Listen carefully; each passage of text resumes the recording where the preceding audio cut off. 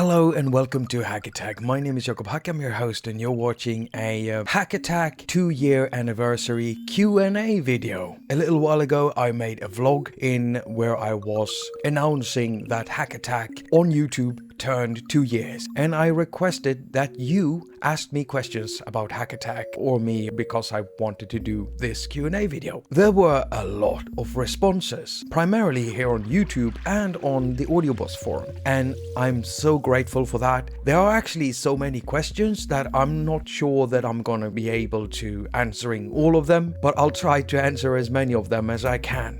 And the first one comes from Joe Boy GS XR. When and at what moment did you realize making music on an iPad was possible? Well, basically it was when Gorillaz gave out their album that were made using apps. And then about a little over 3 years ago, I got my first iPhone. An iPhone 5. And since I had a background in desktop music production hardware, I've basically been doing this over 25 years. So I kind of knew what I was looking for. Around there sometime, I just realized that I just have to figure out what apps can do the things that I want them to do. So I went on a big hunt looking for apps, asking questions on the iPad musician group. I think it was called iOS Music back then. And I found the Audiobus forum, Discord and Tim Webb, and I found Doug Woods' videos and Palm Sounds. I just had to find the right apps. I basically spent 6 months searching the App Store just to find out what was out there on the market already. Next one is also from YouTube. Now that the Sound Test Room site has closed, where can I download all of your lovely patches? I am still working on it, and I've given away quite a few things over the years, so what I'm trying to do is to find where I've put all of it. I'll make everything available, but I'm working my way from the top down to the bottom, so everything I've given away in the past will become available at some point. That's all I can say. Let's head over to the Audiobus forum. Syrup Core asks, Prince Tubby or Lee Scratch Perry? Well, my answer is yes.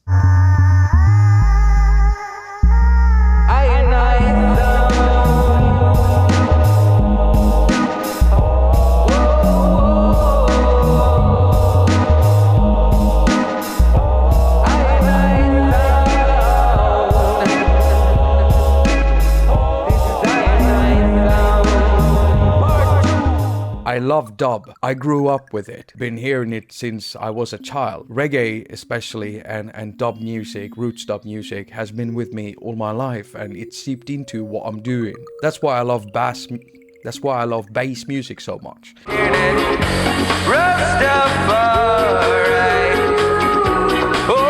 up the mind of your people. We have to start thinking for ourselves. Stop listening to Babylon.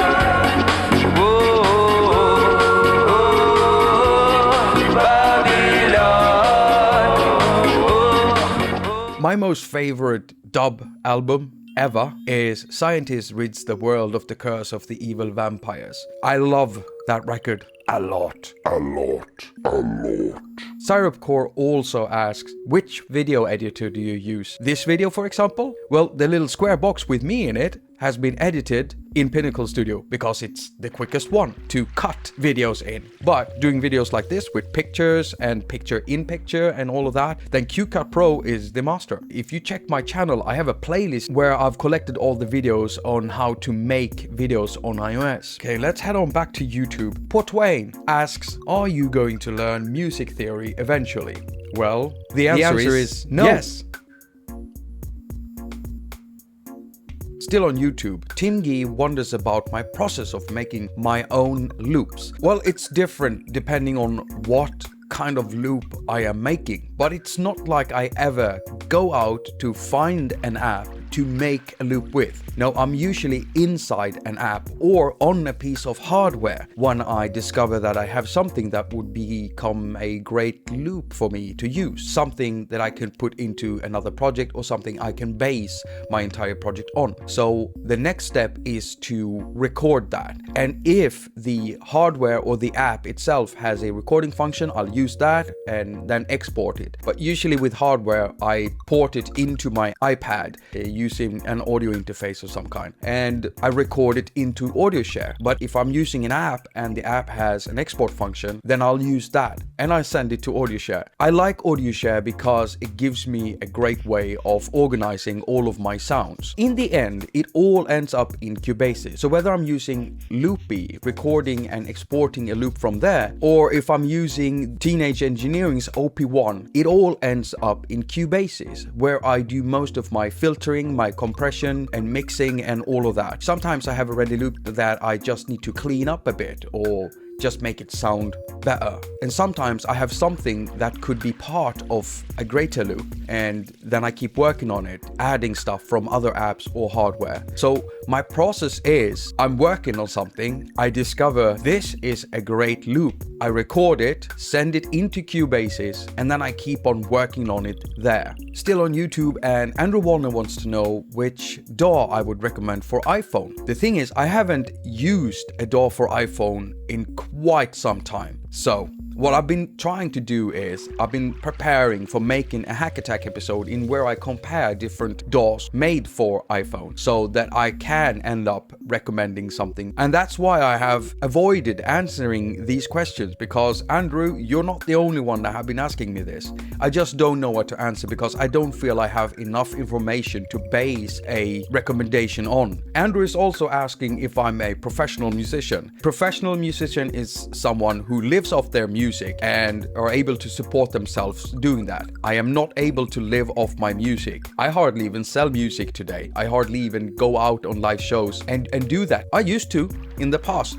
But no, I'm not a professional musician today. I cannot live off my music. And that brings us to the next question. Andrew, together with many other people who have been contacting me through DMs, PMs, email, asking me how to make money on YouTube or can you support yourself on YouTube? No way, I'm not even close. I'll tell you, the last pay I got was this month from ads of YouTube, and it took 5 months to accumulate those $120 I got. 5 months. So you calculate that for yourself. I've been working hard on this channel for 2 years, and if me doing this was based on how much money I could make off YouTube, I wouldn't. I do these videos because I want to help out in some way. I actually have to work at a regular job to be able to support myself. And the rest of the time I have, most of it goes to haQ and what I'm doing here. And I work during weekends too. And that's just the way it is. When I started with haQ, I was unemployed. And for 6 months, I spent over 120 hours a week on haQ.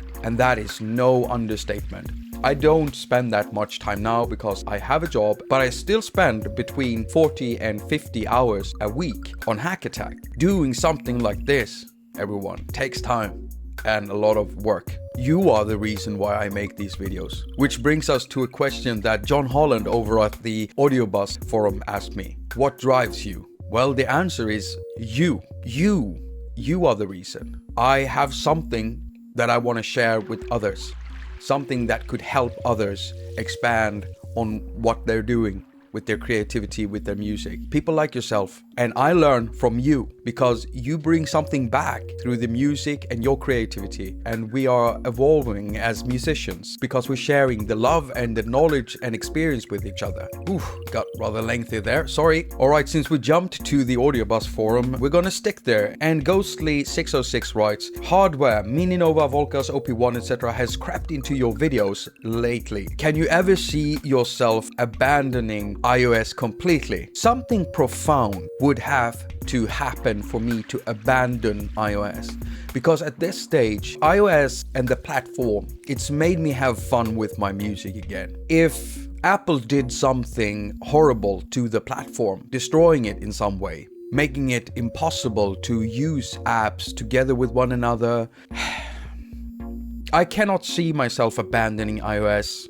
completely unless Apple did something horrible to it. I actually have to wrap this video up. Some of these questions are so big that I need entire vlogs for them, and I will do vlogs for a few of these ones. We're gonna stay on the Audiobus forum. Rules of Blazon. Ask, did you ever play in a band. Yes, but it was a very short time and it didn't work out. And I was the biggest reason for that. Rules of Blazon also goes on to commending me on my excellent English. I've been speaking English since I was a very little child. My relatives on my father's side comes from outside of Sweden, different part of the world, and I never learned to speak their language. My mother, she made sure that I knew English because they spoke English too, and that's how it went on. But in those days I used to speak more of a US accent. As a musician, I think most of you can relate to this. Languages is music. Different accents are different music, and the English accent is something I hadn't really gotten into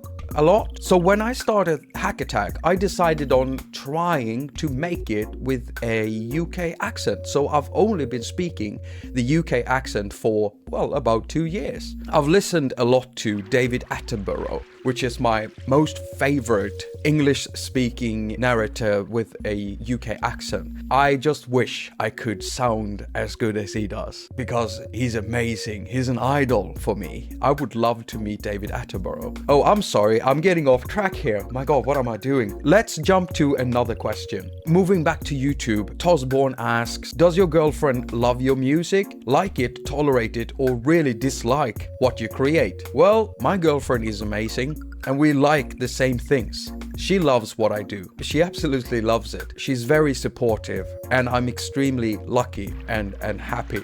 Last question I'll answer is on the Audiobus forum and Lady Aptitude. Looking back over the past 2 years, what have been the most significant developments or changes in the iOS world? Now, there have been a lot of big changes, and one big change is audio units, because you can use them in several instances, which is very, very interesting, especially when you're working with EQs, compressors, DSs, effects, because on desktop, we've always had this way of using more instances of the same type of plugin, right? But not on iOS. So Audio Unit 3 changed my workflow and the way I had to think about. Actually, it kind of changed back to the way I was thinking when I was using desktop stuff, because now I could suddenly do the things I could on the desktop, but on my iPad instead. Do I see myself doing these videos in 2 years? Who knows? We never know what's gonna happen the day tomorrow. And I find that extremely enticing, not knowing exactly. That makes life interesting. Knowing everything would probably make everything very boring and not very challenging. I hope that I get to make another big Q&A celebrating haQ 4 years on YouTube. Well, that's pretty much all the questions I can answer. There are so many questions left, and as I said earlier, some of them are gonna turn into vlogs because they're big questions and you could really expand on them, and I want to. Yeah, that's all I have time for right now. I have to prepare for my live event on Allihopa at Propellerhead headquarters tomorrow. Tomorrow is Friday, today is Thursday, and it's gonna take me 2 more days just to get this Q&A video fully edited and stuff like that. Thank you so much for providing me with so many great questions, and thank you so much for watching. All comments and ratings are very much appreciated. I've also got a Patreon if you want to support me in that way. You can see the address right here, and you can also find addresses and other links down in the description. As usual, I wish you a very productive week. Now go finger your stuff and have a lot of fun doing it.